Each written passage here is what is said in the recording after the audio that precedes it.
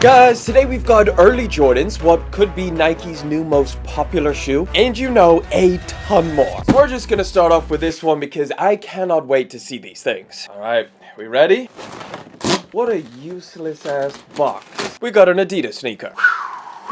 Yo, these look sick. This is the Adidas Harmony. So this is basically a hybrid between two different Adidas models. You've got a retro runner style on the upper, or like a 2000 style. So I believe this is the Harmony aspect of the shoe. The Adidas Harmony is where they're getting all of this from. But then underneath, you'll see a midsole that should be pretty familiar to a lot of you guys by now. It's the Adidas Adistar 3, or this might be a different version because I don't remember a plate being in the Adistar 3. So either they've kind of added that, or this is a different version which I'm not familiar with. Either way, this should be the same like super cushioned foam that they have on the Adistar 3. This upper feels great, like the padding feels super premium. You've got a new mix of like suede and then some kind of nubuck material around the toe box. You've got actual metal for the eye stays, and then look at that gradient color. I think that looks so dope. The tongue is actually gusseted. You've got like a little elastic band to keep it in place, so these are checking a lot of boxes.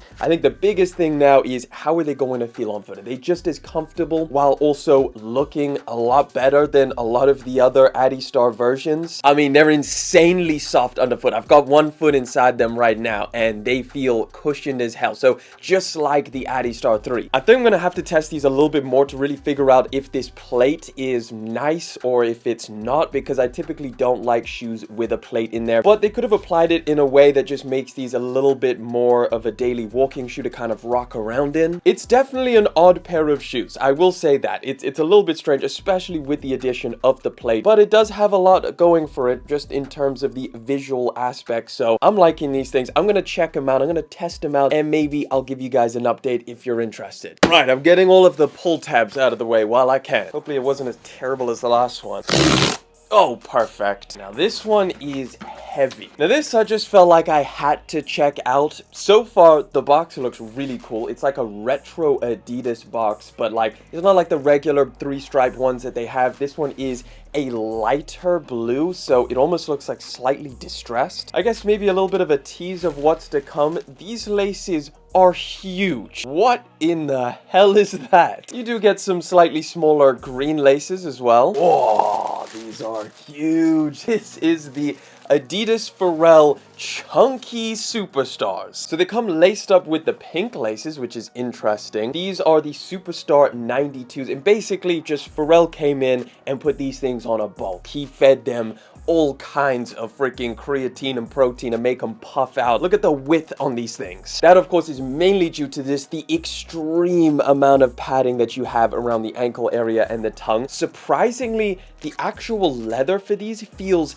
way softer than your standard pair of Superstars. Like, this is actually really nice soft leather. The inner sock liner feels insanely premium. Like, that's a really nice feeling sock liner. Very interesting looking pair of shoes. I actually think that they would look kind of cool with a pair of like baggier pants. Pharrell seems to be going with this whole like chunky shoe thing to the max, because like even the upcoming jellyfish shoes, that's like a retro runner style, but he's just again made them super chunky. But I guess this is the classic version. I don't know, let me know what you think of these down in the comment section. Honestly, I don't think these are bad. I mean, I'm gonna have to try them on with an outfit. They could be a little bit strange because of how chunky they are, but I'm willing to try. Right, we're moving over to Nike now. This one is, I wonder how, if these are gonna be like a pair of shoes that people should have paid more attention to, or if it was like, yeah, we could pass on those.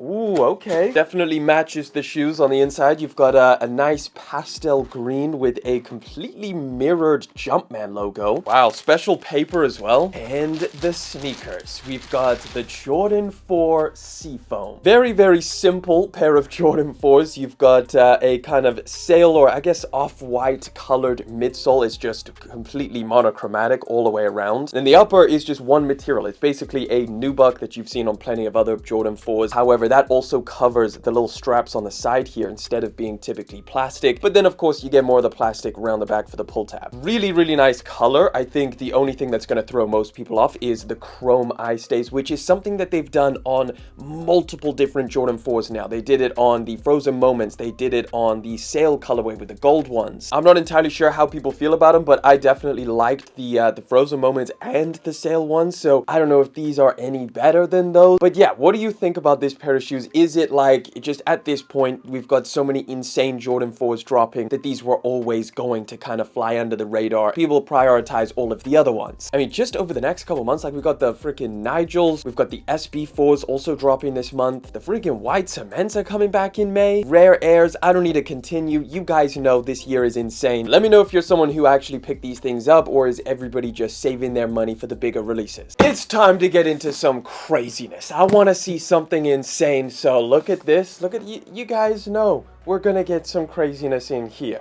Let's find out. Right, now I actually have no idea what's in here. Could be anything, really. This is a new tease of our new fitting algorithm. Okay, we've got multiple. Damn, so we got the new artifact dunks, which are obviously completely 3D printed, as you can see by this. The type of upper that they've used is like this, it's almost like a mesh material. It kind of feels like a sock, like it's so freaking like movable. I don't know what the hell the word I'm using for, like spongy, soft, movable. Obviously a lot harder on the actual outsole, which is something that you would want. Looks like you can still attach stuff to this. Let me try it out with let me grab an attachment. So we've got like the regular, you know, dunks that they did, and then we've got like the 3D printed version. Yeah, it still slots in, so you can add that little plastic element there. And then if I take this off, I'm sure you can still add this to the front. Like, look at that. That's just made for this clip. Yeah, perfect.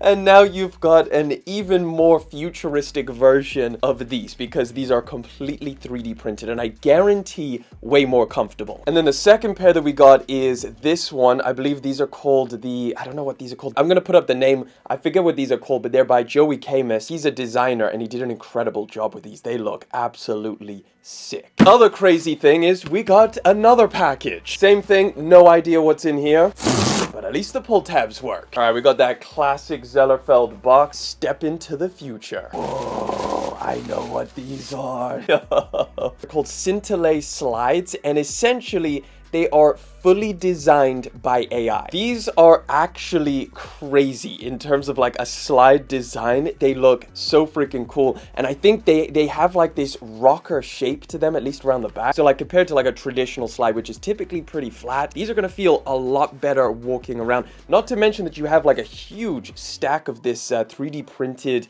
material underneath your feet, along with like a super soft footbed. So these are gonna be insanely comfortable. I had the other Zellerfeld slides, the Belugas. Those things are insane. Like, I still wear them every single day, like to this day, and I feel like these are going to feel even better just because of that like rocker shape. Definitely the wildest thing about them is the fact that they're designed by AI. Like, AI came up with this, and it's now in a physical form. I'm gonna throw them on now. Like, oh, that is a dream to put on your feet. They're so wide and chunky, but like that like bounce, that spring, you just don't get with any other shoe. Honestly, if you haven't tried a 3D printed shoe, like there's a reason why I'm so crazy about them. It's because they're so freaking like interesting, and like they feel great, and when you understand how this technology works, it's pretty mind-blowing. Either way, I think these things are sick. Let me know what you think down in the comment section, but let's keep it moving. All right, let's get into this. Yeah, we got another pull tab, guys. This is unprecedented. Are any of them not pull tabs? Oh, that's an interesting box. Well, it's pretty normal, but it's interesting that this shoe comes in this box. This is the Nike Total 90. This is honestly not a pair of shoes I ever thought I would buy again. So for some reason, Nike turned a pair of football boots into an actual lifestyle model. They've got that silver metallic look. They got the 90 on the inside, but they're also really strange in the fact that like look at the tongue design. Like, it's just part of the shoe. It just kind of arches over instead of being separated. So like on one side, it's literally just the shoe shoe. There's no actual tongue. Now, when I saw these things, I thought there's no way that people are gonna actually like them, but they completely sold out. I do have very fond memories about not really this, but the football boot, the original version of this. I was a huge Wayne Rooney fan growing up, and he always wore the T90 football boots, and so that was like something that I immediately bought myself. So I don't know, there is something a little bit nostalgic about it, although like these do look completely different to the football boots. And honestly, I mean, as much as I liked Wayne Rooney, I don't think he's gonna get me to wear these things. They're so flat and so low profile. Like I could put my hand in and almost like if I push through, I can almost feel my hand coming out through the outside of the bottom. I get it, the small shoe trend, you know, the Sambas, the Onitsuka Tigers, the Puma Speed Cats, and then this would be Nike's version of that. I don't know what to make of it. Are these going to continue being insanely popular? Maybe. I just don't think I could pull these things off. Either way, they are affordable, $100 for these. Let me know what you think about these. Are you on the small, slender shoe wave, or is this a pass? Another decently heavy box. I am packaging pretty crazy on this one. These have a very strong glue smell. Whoa, this is the Puma Skepta Scope is what they call them. Damn, these are sick. Nah, these are it. That is actually so cool. Extra laces, obviously slightly trail inspired. You've got the red ones and the black ones. On the shoe is green. Definitely will be swapping that out. I'm surprised I haven't seen more people talk about these things. They look so cool. These are the follow-up. We did take a look at, I think, the low cut or like the first ones that dropped. And now these ones have basically been turned into like a mid-cut hiking sneaker hybrids. You've got like those hiker shoe lace things where it's like all metal, the lace holes. The upper is now made from insanely soft leather. Like that feels super good quality. Like that just feels much better than the other ones. And the rest of it is like this base layer of mesh, which also feels very nice and soft. They've got a huge, rugged, chunky looking midsole. I don't know what this is, but like some weird chrome-like finish to the actual underneath. It's strange, but I guess it kind of works. They're decently expensive. I think they're like $250 or something like that. So that's, yeah, it's a lot to ask for this pair of shoes, but at least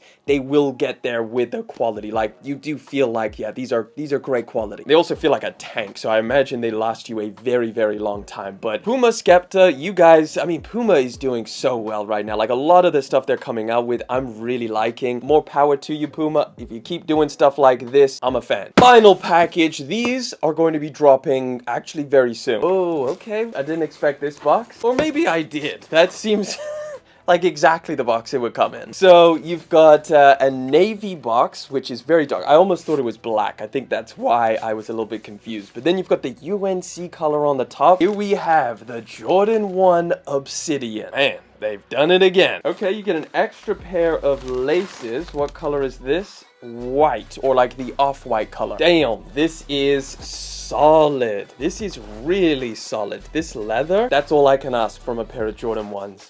I'm a fan of this leather. It feels great, especially like these navy panels. That feels a lot thicker and a lot softer as well. So like, yeah, the navy leather and the UNC leather around the back, that's definitely the best. And then the white is like kind of, it's possible, you know, it's like kind of your standard leather. This is dope. I never had the highs, and these are practically identical. So you know what they did with the Jordan 1 Low Mocha, where that one was literally just exactly the same as the high, but in a low cut form. That's exactly what they're doing over here. These things were like arguably the most popular Jordan 1 a couple years ago, like in 2020 or something. Like everybody was wearing them. They were reselling for something ridiculous, like $500-600, and now they're going to be re-releasing, I believe, on March the 22nd. They're probably going to be like just as great of a steal as the Mochas were. Like the Mochas were easy to get. They went for retail, and it was just such a wearable, clean pair of Jordan 1 lows. I think these are going to have a very similar little like release where like people are not going crazy for them because they've got the freaking Unions and the Nigels and all of the other super hyped up stuff that's dropping this year. They'll fly under the radar, but be a